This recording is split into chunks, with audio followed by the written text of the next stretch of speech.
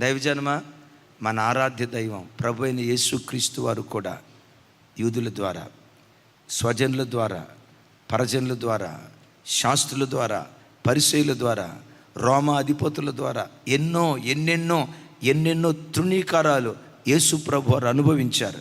ముఖం మీద ఉమ్మేశారు, పిడిగుద్దులు గుద్దారు, గడ్డాన్ని పట్టుకొని లాగారు, వీపు నాగటి సాళ్ళుగా దున్నినట్లుగా దున్నారు. నీవే దేవుడివైతే, నీవే దేవుని కుమారుడివైతే నిన్ను నీవు రక్షించుకొని మమ్మును కూడా రక్షించు అని ఎగతాళిగా ఒక ఆయన అన్నాడు. ఎవరు చెప్పండి? అంటే చివరికి దొంగోడు కూడా యేసయ్య ఎగతాళి అయిపోయాడు. యేసు ప్రభుని ఎవరు ఎగతాళి చేస్తున్నారు? అసలు ఎగతాళి చేయబడాల్సింది ఎవడు? ఆ దొంగోడు ఎగతాళి చేయబడాలి. వినండి, ఎందుకు పనికిరానుడు కూడా నిన్ను ఎగతాళి చేస్తాడు. భయపడకో.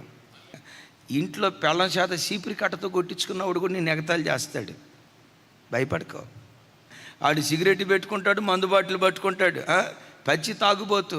చివరికి భార్య కూడా, తెలుగులో చెప్తా కొంచెం ఇబ్బందిగా ఉన్న, భార్య కూడా వాడిని ఖండ్రించి వస్తుంది.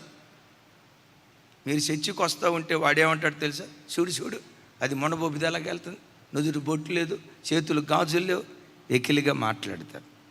ప్రభా ఏంటి అభ్యంతరాలయ్యా, ఏంటి తిరస్కారాలయ్యా, ఏంటి ఎగతాళ్ళు, నేను ఎంతకాలం ఈ నిందలు భరించాలి ప్రభా అని కలవరపడకో. యేసుక్రీస్తే అంటారు, అభ్యంతరములు రాక మానవు. కొడుకులకు అభ్యంతరం అయ్యారా? ఏడవకో. కూతుర్లు అభ్యంతరం అయ్యారా? ఏడవకో. భర్తకు అభ్యంతరం అయ్యాడా? ఏడవకో. చుట్టూతో ఉన్న నామకార్థులు అభ్యంతరం అయిపోయారా? ఏడవకో. నిర్దేవులను ఆరాధించే దైవము కాని వాటి దగ్గర సాగిలపడే వ్యక్తులకు నీ ఒక ఆట వస్తువుగా మిగిలిపోయావా? ఏడవకో. ఒక రోజు వస్తుంది, ఈ తృణీకరించబడే వ్యక్తుల మధ్యలోనే, ఆ గోడ కట్టబడినట్లుగా తృణీకరించబడుతున్న వ్యక్తుల మధ్యలోనే నా దేవుడు నిశ్చయంగా నిన్ను నిలవబెడతాడు. నిశ్చయంగా నిన్ను నిలవబెడతాడు. యేసుక్రీస్తు వారే చెప్పారు, అభ్యంతరాలు రాక మానో. ఈ అభ్యంతరాలు ఎన్నొచ్చినా ఈ అభ్యంతరాల మధ్యలోనే దేవుడు నీ పట్ల తన కార్యాన్ని జరిగిస్తాడు. ఈ నిందల మధ్యలోనే, ఎగతాళిల మధ్యలోనే నీ మీద దేవుని ప్రణాళిక ఏదైతే ఉందో నిశ్చయంగా దాన్ని దేవుడు జరిగిస్తాడు.